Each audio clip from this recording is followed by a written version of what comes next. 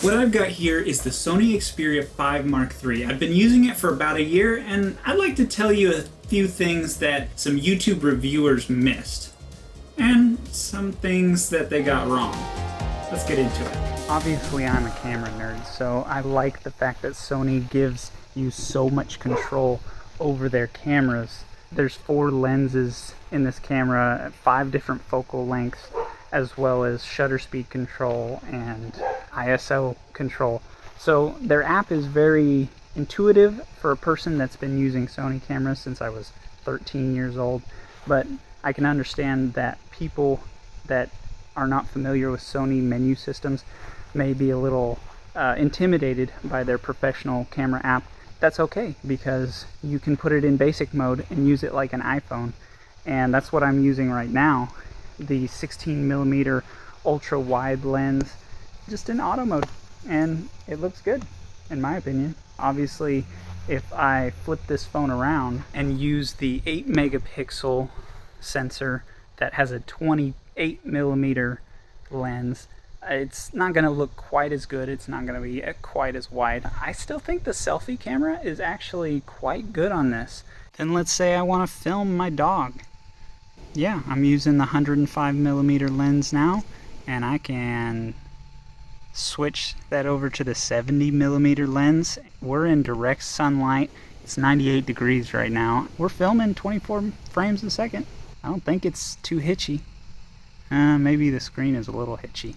Switch over to the 24mm lens. You got your wide shot. It looks good. These are 12 megapixel sensors. It just looks very detailed in 4K. So after filming those couple clips, I just got a notification from the Xperia that it needs to cool down for a bit. It is 98 degrees out here, so that makes sense. I was filming in 4K, 24 frames a second. That's understandable, so we're gonna go back inside and let it cool down. And I wanna cool down too.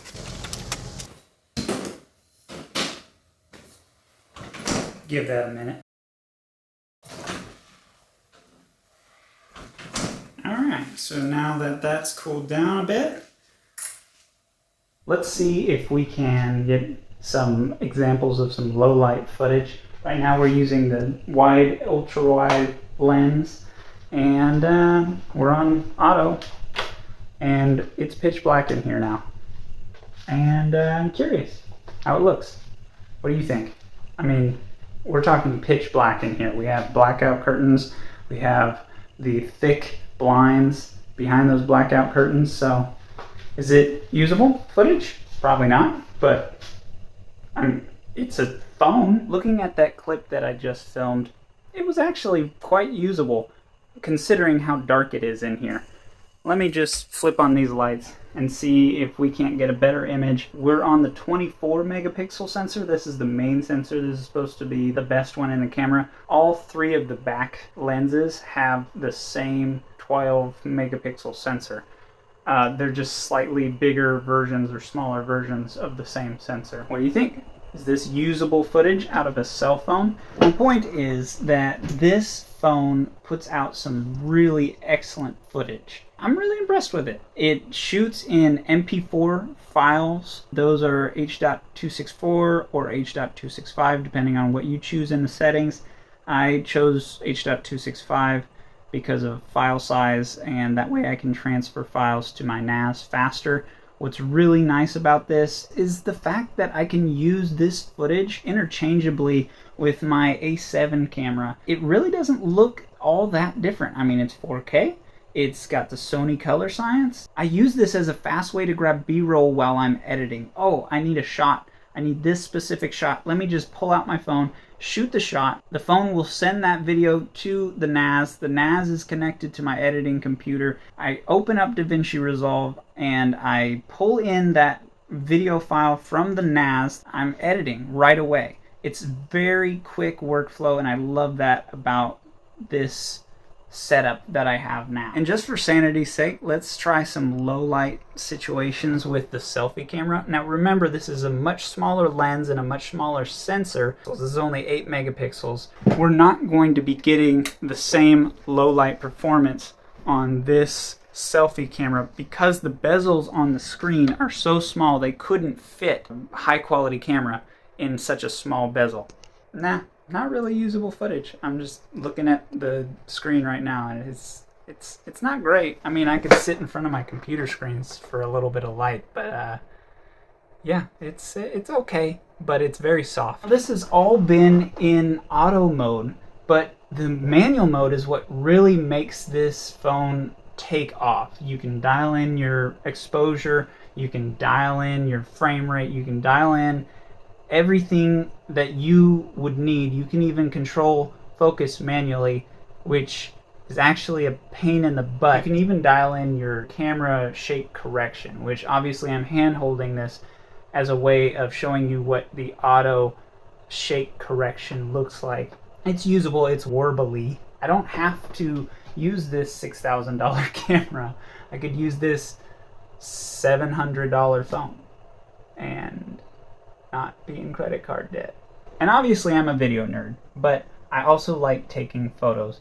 And this camera takes awesome photos. I mean, it takes raw photos in a cell phone camera, which I guess iPhones are doing that now, but like, that's so cool. And being able to edit those photos in Google Photos just like that, like not having to worry about that stuff, or I can use Photoshop or Lightroom or whatever, the mobile apps, right on the phone, and being able to get so much dynamic range and so much saturation and color.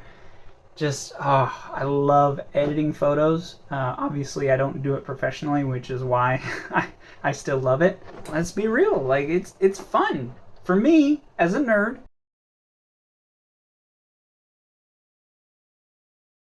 Something that you have been testing yourself is the microphones. There's 2 microphones, so you can get stereo miking out of this. Most of the time when I create a talking head video, I just delete one of the tracks. I don't like stereo talking head, but obviously you've been listening to it and you can judge how good the microphones sound. I haven't treated my space yet, so it's pretty echoey in here. And the microphone is obviously arm's length away from my face. How good does it sound? If I'm just recording audio, I've downloaded the Rode Reporter app, which is really great for recording audio, especially if you want to record an external microphone that you plug into the headphone jack, which this phone has a headphone jack. Now, admittingly, I've never used a headphone jack. I was a production sound guy, DJ, at my previous job, so I used the headphone jack a lot, so I missed it a lot on the iPhone. And then when I switched my job, now I don't use the headphone jack anymore. I got so used to Bluetooth headphones, turns out there was enough space in the phone for a headphone jack. Apple was wrong. Stop being petty, Will.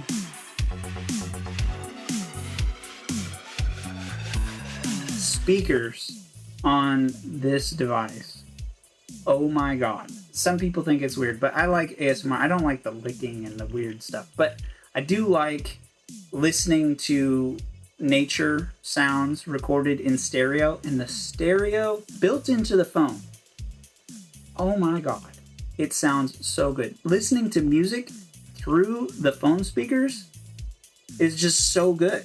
What phone sounds good over their speakers? Obviously, there's no bass, but it does have the option to vibrate the screen, which gives you a 6-inch subwoofer. It kind of tickles a little bit. If you're holding your phone, you set your phone down or mount it on a tripod, it buzzes like it vibrates, so that's kind of weird. You do get a little more bass from vibrating the phone screen, so that's something. I turned it off. I don't need bass that bad. It was weird, admittingly, but it was a cool feature. It felt weird to hold the phone, and it's just like.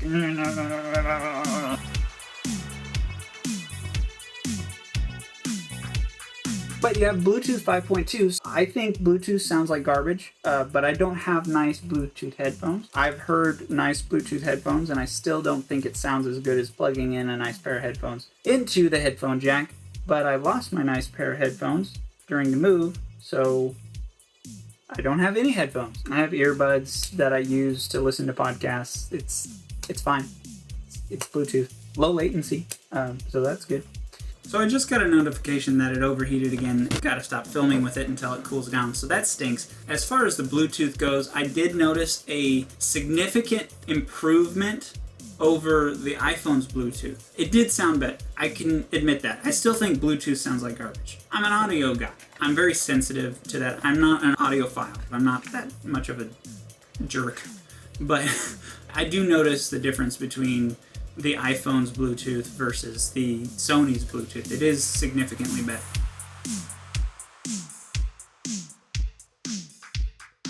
Let's talk about the screen. Very small bezels, way smaller than the iPhone's. They fit so much in these bezels. You know, they fit the speakers and the camera and the ambient light sensors. They fit so much screen into this phone. It's a 21:9 display, and it is fun to watch movies on a phone that is the correct aspect ratio. There's no black bars. It's kind of thrilling, and I like watching YouTubers like Anamorphic on a Budget because he makes anamorphic YouTube videos, so I can watch them in full screen. And I've noticed myself getting excited about the more cinematic YouTubers because I know they have an aspect ratio that matches this phone. It's geeky, it's not for everybody, but I really like this screen, and it's 120 hertz, which is freaking smooth. I don't have it on all the time because I just don't need 120 hertz, but you know, gaming and watching, it's pretty smooth, and I like it. I like it a lot.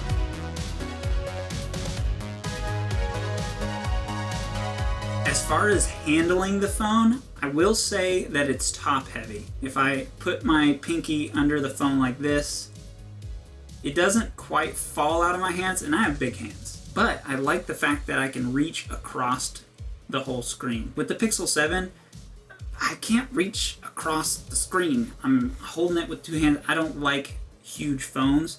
And this is a big screened, huge phone. I can handle it. Like, I can reach across the screen. I can type with one hand. Now, I have long fingers. I have big hands. So take that into consideration. There is an option to quickly switch your keyboard to one-handed mode, and you can even switch the entire screen to one-handed mode, and it'll shrink down the screen to the corner close to where your thumb is. So if you have smaller hands, that may be good for you. I can't reach the top of the screen, especially the far corner, with my pinky down here under the phone, so I do find myself holding my phone like this a lot more so that I'm more in the middle, but it limits my thumb movement a lot when I have to hold the phone so it doesn't slip out of my hand instead of prop it up with my pinky and hold more loosely and have more motion for my thumb. So handling it is a bit awkward. Holding it horizontally, oh my god, it just fits perfectly. I'm sorry, I'm being weird.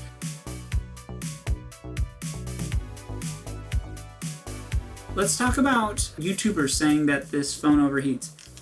Using the phone normally does not overheat nearly as much as the iPhone overheated. I had to keep my iPhone in my lunchbox with ice in order to listen to podcasts. Whereas this phone, I don't have overheating problems like what YouTubers are talking about. Now, obviously, I've overheated twice already in this video, so using intensive tasks like the camera app will overheat the phone, and I have noticed that when the phone is in my pocket, it will open the camera app. It will get very warm. It'll drain the battery. I was able to mitigate that by changing the setting, what was it called? Double tap to wake. It doesn't wake up the screen when I tap it anymore, which is whatever. It's got tons of buttons on the side to do that, and it opens really quickly. So I don't care about double tap to wake, and I don't have a problem with the camera app opening in my pocket anymore and draining my battery and overheating the phone. So I don't have problems with overheating. I do have problems with my podcast app crashing, and Audible crashes all the freaking time. I had a lot of crashes with Audible on my iPhone as well, so maybe it's just an Audible thing. As far as overheating, it's way better than an iPhone. I can be out there on a 90-degree day, not have a single overheating problem. Now, I have noticed the phone thermal throttles, but that's different than shutting down and crashing your apps completely. On a 90-degree day, that's pretty good. Now, when it gets up to 100 degrees, I don't experience much crashing, but I can't play video games. I can't film on it. So there's that aspect. I don't know if other Androids are better. Maybe a bigger screen will allow more heat to dissipate because of a larger surface area, and because this screen is slightly thinner, it doesn't have as much surface area to dissipate heat. I'm not sure. Alright, let's try this again. I only have that problem in extreme heat situations. Situations where your body shouldn't even be outside, let alone your electronic device. It's understandable, is what I'm trying to say.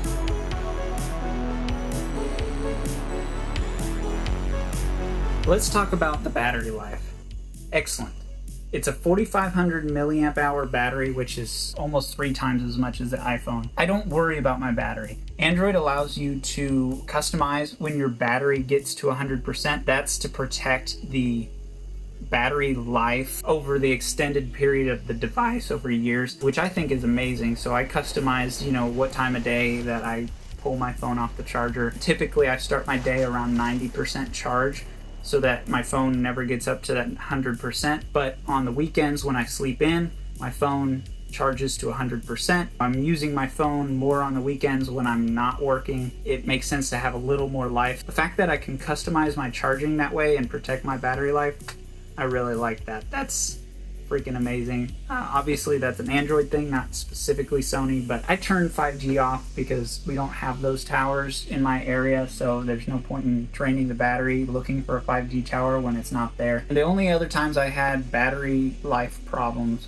were when the camera app would open in my pocket when I was sweating or when it was raining outside and I was really wet. The camera app would open and be on for hours. Other than that, I don't have battery life problems. I just don't worry about the battery life ever. I don't even look at the percentage anymore. I was so focused on battery life when I had an iPhone for the past decade, and I'm free now.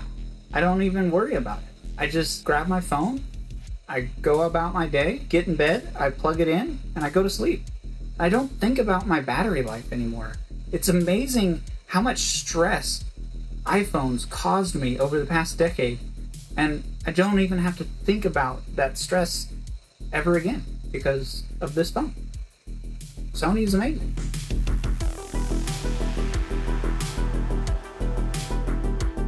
Talk about the water resistance, because I talked to you about raining and sweating. Obviously the double tap to wake was a way to fix that issue. I have not had any water problems, but what I really do like about the Android software is the fact that it will warn you if there's water in the USB port, so I know I can, blow it like a Nintendo cartridge, and try and get that water out of there without spitting into the USB-C port. I did get water damage on this phone, and I had a warranty claim with Sony that they refused to honor, and I can tell you the whole story, but that would have to be another video, so let me know in the comments if you want to hear about why Sony didn't honor the warranty on an IP65 rated phone that had water damage. It wasn't a lot of water, it was a splash of water. I've got the transcripts from the conversation with Sony as to why they wouldn't honor the warranty. It wasn't that big a deal. It was a cheap part that I was able to buy. I took it to a local repair shop. They didn't charge me very much to fix it. I probably could have fixed it myself if I felt adventurous enough. I could have made a YouTube video about it. Anyway, let me know if you want to see that transcript and that whole story as to why Sony didn't honor the warranty on this phone. It's within 9 months of purchasing it, so it is definitely within the warranty period. Very frustrating how Sony was very unhelpful.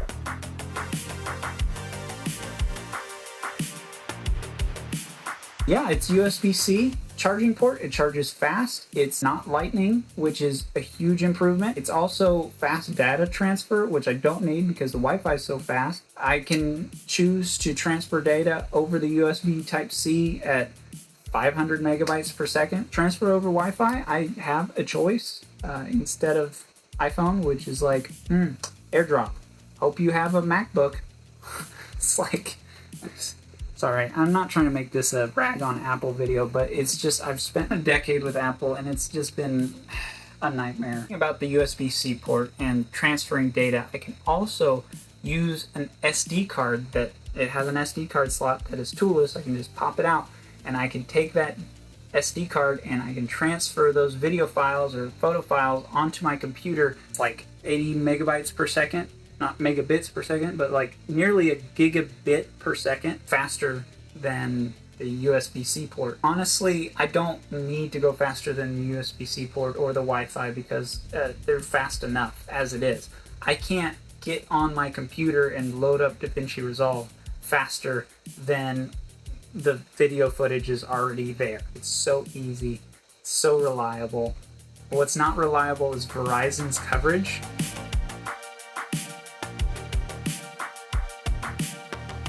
It's so terrible in my area that I can hardly ever make a phone call.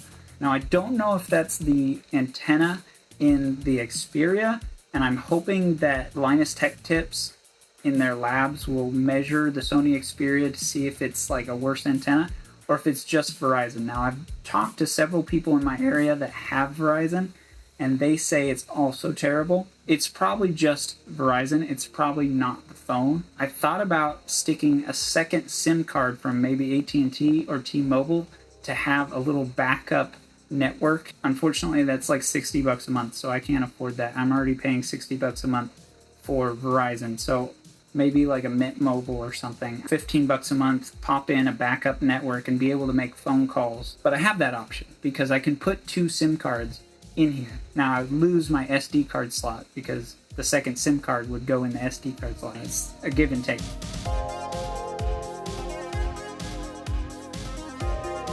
Editing video on this is super fast, no problems, no hitches, no glitches with the Snapdragon 888 chip in here. Very happy with it.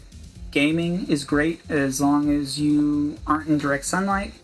And the irony, as I'm talking about it overheating, it tells me that I can no longer film because it's overheated. Maybe there is something to that overheating problem. It's warm and it's kind of cool in my office, so maybe they're right. I never have overheating problems, but it's overheated 3 times in the last 30 minutes while I'm filming this. It was definitely hot outside, but it's cool in here. Shouldn't be having these overheating problems. I really love this phone. It fits into my lifestyle. It's a really different experience from having an iPhone over the past decade when Apple is trying to force me to fit my lifestyle into their phone, iOS. But Sony is trying to design their phones to solve the end user's problems and fit their product into their end user's lifestyle. Apple's like trying to date someone who is trying to change your lifestyle, whereas Sony is like finding that person that has a compatible personality. I realize that Xperia is not the right phone for everyone. Madi wouldn't like this phone at all. But this is the perfect phone for me. And I will likely upgrade to a Xperia phone in a few years when I need a new phone. But let me know what Android phone fits into your lifestyle in the comments. Madi loves her Pixel 7.